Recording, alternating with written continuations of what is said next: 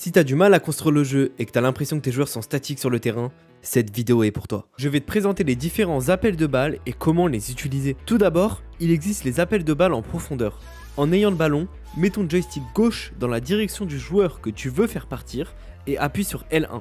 Le joueur fera un appel en profondeur sur quelques mètres. D'ailleurs, si tu fais L1 plus croix, le porteur du ballon fera la passe et fera directement un appel en profondeur. Tu peux aussi demander un appel de soutien. Encore une fois, mets ton joystick gauche dans la direction du joueur auquel tu veux demander du soutien et appuie sur R1.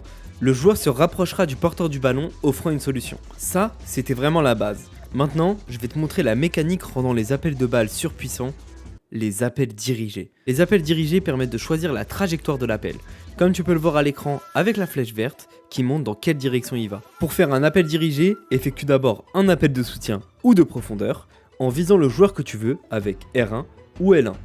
Ensuite, attends une seconde qu'il déclenche l'appel et mets un coup de joystick droit dans la direction que tu souhaites qu'il prenne. En gros, tu refais ce que je t'ai dit au début, t'as juste à rajouter un petit coup de joystick droit dans la direction où tu veux aller. En théorie, c'est simple, mais pas dans la pratique. Alors je vais te donner quelques exemples.